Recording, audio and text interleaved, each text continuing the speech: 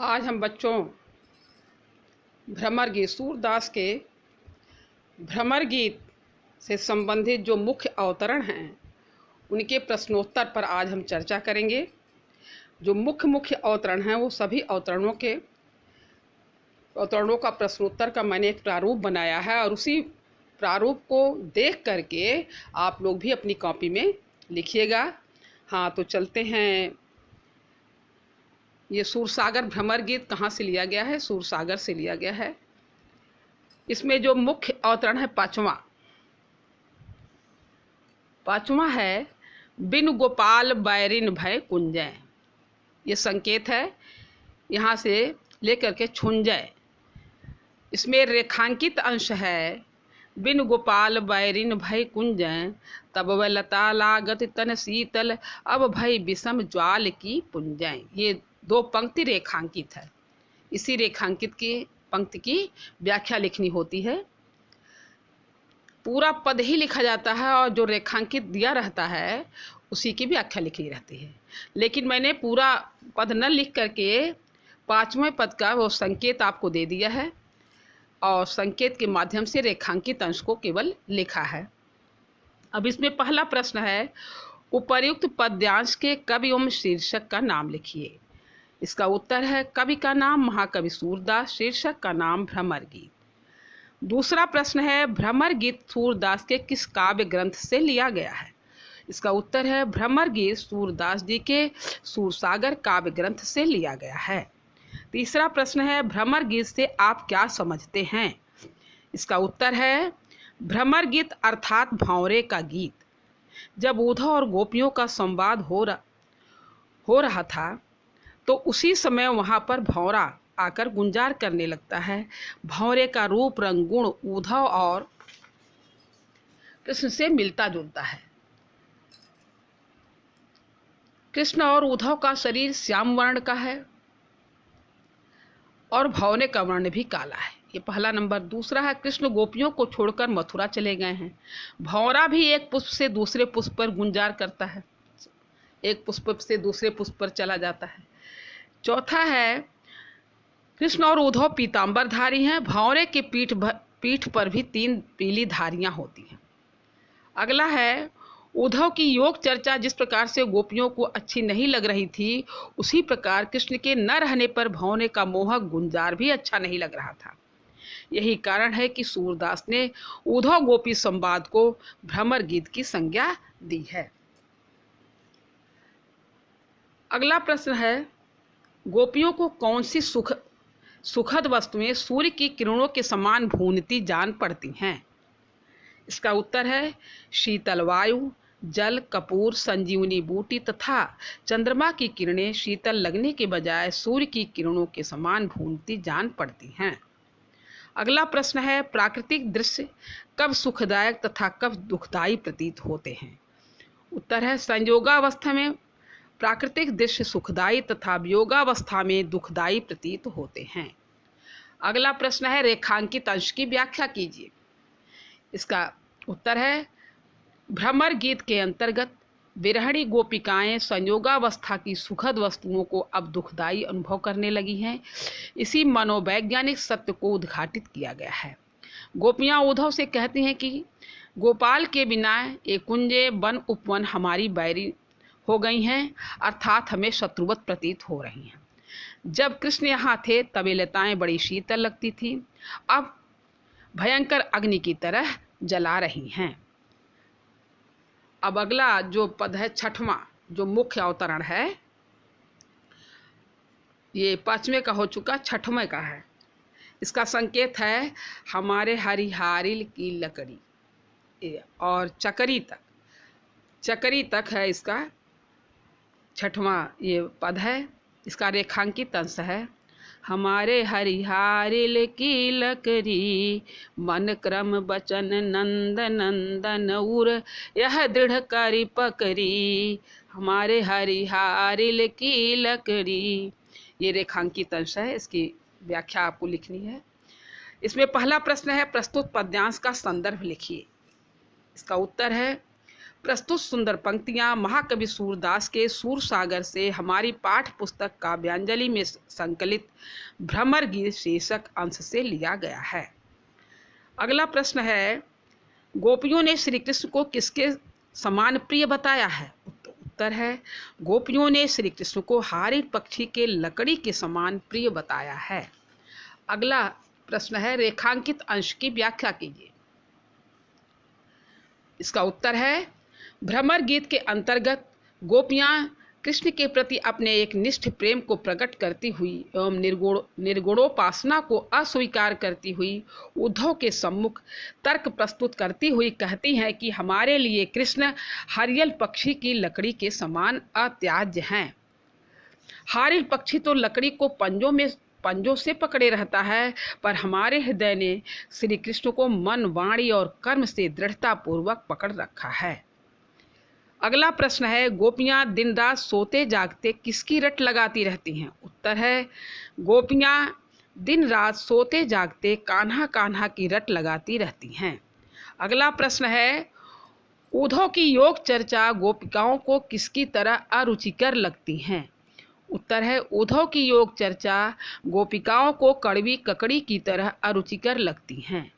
अगला प्रश्न है, गोपियां उद्धव से योग चर्चा को किसे देने की बात कहती हैं? इसका उत्तर है, जिनका मन चक्र के समान चंचल रहते हैं उसे योग का उपदेश या योग चर्चा देने की बात कहती हैं। अगला प्रश्न है, प्रस्तुत पंक्तियों का काव्य सौंदर्य लिखिए। इसका उत्तर है, इसमें रस है, वियोग श्रृंगार, अलंकार, अनुप्रास अलंकार, छंद गेय छंद, भाषा ब्रज है, गुण माधुरी गुण है, शब्द शक्ति लक्षणा है। अब अगला जो मुख्य अवतरण है वो है नौवां मुख्य अवतरण है। उसका संकेत है, कहत कत परदेसी की बात, और पछतात अंत में इसका संकेत है। कहत कत से लेकर के पछतात तक है इसका संकेत। इसका रेखांकित अंश जो है वह इस प्रकार है, मंदिर अरध अवधि बधि हम सौ हरियाहार चली जात। ये रेखांकित अंश है, इसकी व्याख्या आपको लिखनी है। इस पद का पहला प्रश्न है, उपर्युक्त पद्यांश के कवि एवं शीर्षक का नाम लिखिए। उत्तर है, कवि का नाम महाकवि सूरदास, शीर्षक का नाम है भ्रमर गीत।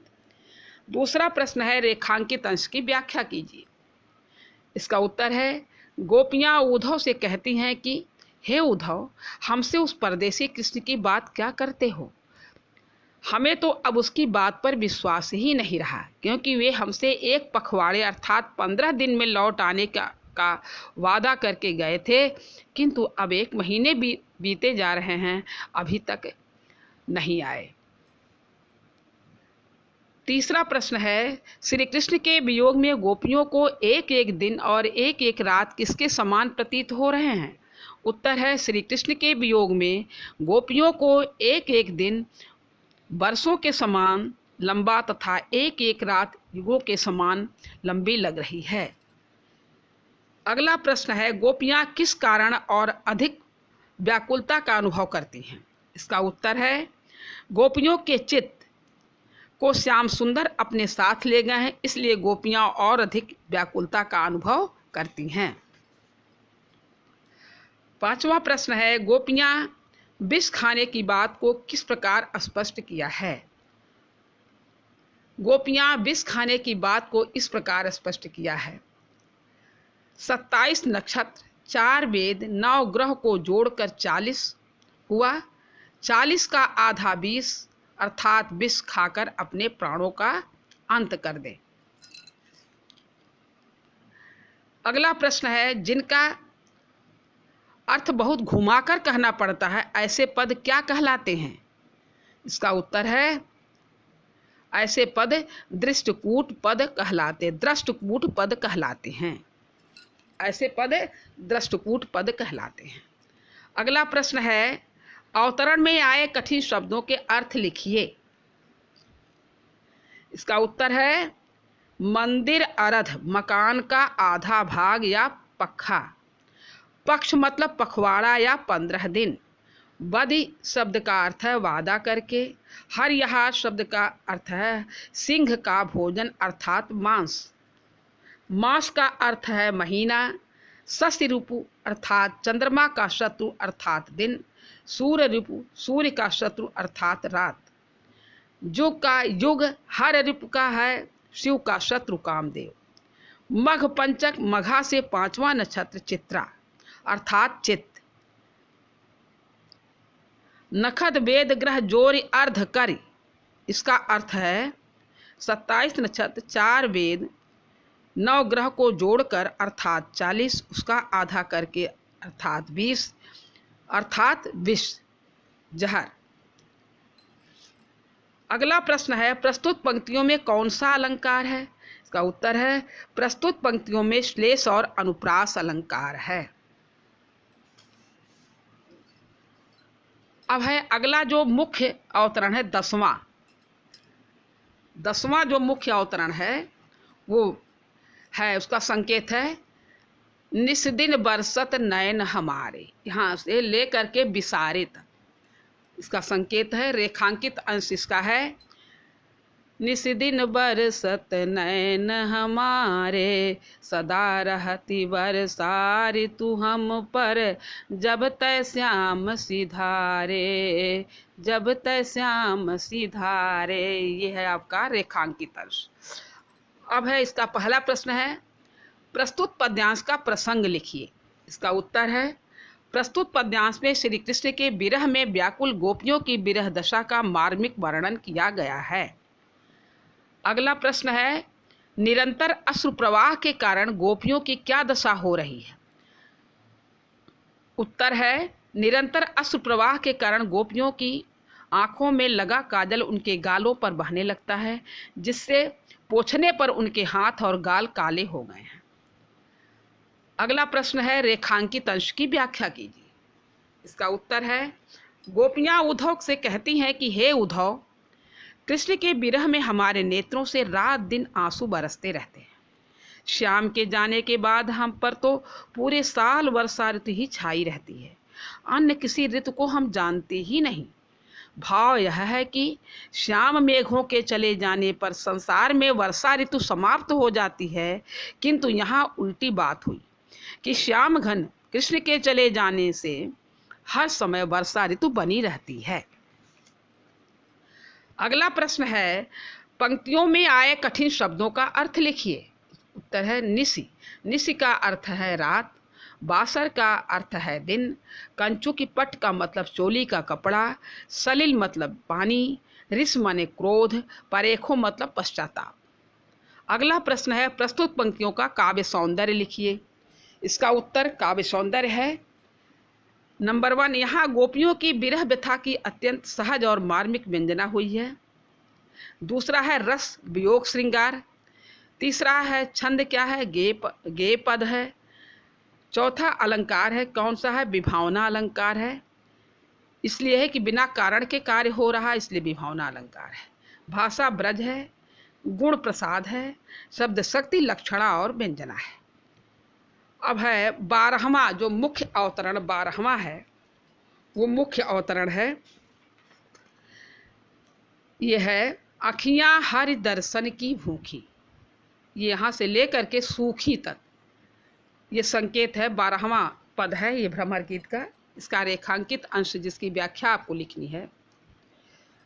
बारक वह मुख आनि दिखावहूँ, दुहि पै पिबत पतूखी, सूर सुकत हठि नाव चलावत, ए सरिता हैं सूखी। अब इसकी व्याख्या आपको लिखनी होगी। इसमें पहला प्रश्न है प्रस्तुत पद्यांश का संदर्भ लिखिए। तो इसका संदर्भ जो है अगले पद के प्रश्नोत्तर में लिखवाया गया है, उसे वहीं से आप लिख लीजिएगा। दूसरा प्रश्न है किसकी आंखें किसके दर्शन के लिए व्याकुल हैं। उसका उत्तर है गोपियों की आंखें श्री कृष्ण के दर्शन के लिए व्याकुल हैं।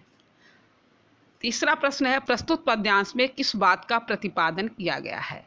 इसका उत्तर है प्रस्तुत पद्यांश में ज्ञान को शुष्क और भक्ति को सरस बताकर सगुण भक्ति मार्ग की सरसता का प्रतिपादन किया गया है। अगला प्रश्न है, गोपियां व्याकुल और दुखी क्यों हो रही हैं? उत्तर है, गोपियां उद्धव के योग संदेशों को सुनकर व्याकुल और दुखी हो रही हैं। अगला प्रश्न है, गोपियां किसके मार्ग की प्रतीक्षा कर रही हैं? तो गोपियां कृष्ण के मथुरा से लौटने के मार्ग की प्रतीक्षा कर रही हैं। अगला प्रश्न है, रेखांकित अंश की व्याख्या कीजिए। उत्तर है, गोपियां उद्धव से कहती हैं कि हे उद्धव, यदि तुम सचमुच हमारे हितैषी हो तो ज्ञान की अपनी इन रूखी सूखी बातों को छोड़कर एक बार उन कृष्ण के सुंदर मुख के दर्शन करा दो जो दोनों में गाय का दूध दुहकर पीते थे। तुम अपनी ज्ञान की यह नाव हमारे हृदय रूपी सूखी नदी की बालू में व्यर्थ ही चलाने का प्रयास कर रहे हो। जैसे बालू में नाव नहीं चलती, उसी प्रकार हमारे हृदय पर तुम्हारे शुष्क नीरस उपदेशों का कोई प्रभाव नहीं पड़ सकता। अगला प्रश्न है, प्रस्तुत पंक्तियों का काव्य सौंदर्य लिखिए। इसका उत्तर है, इसमें रस वियोग श्रृंगार है, अलंकार स्मरण और रूप का अतिशयोक्ति अलंकार है, छंद गेय पद है, शब्द शक्ति लक्षणा और व्यंजना है, भाषा ब्रज है, गुण प्रसाद गुण है। अब आपका ये पूरा 12वें तक का जो मुख्य थे पूरे भ्रमर गीत के मुख्य अवतरणों के प्रश्नोत्तर हैं, इसे आप इसी तरह से अपनी कॉपी में लिख लीजिएगा। अब ये पाठ पूरा यहीं पे समाप्त होता है।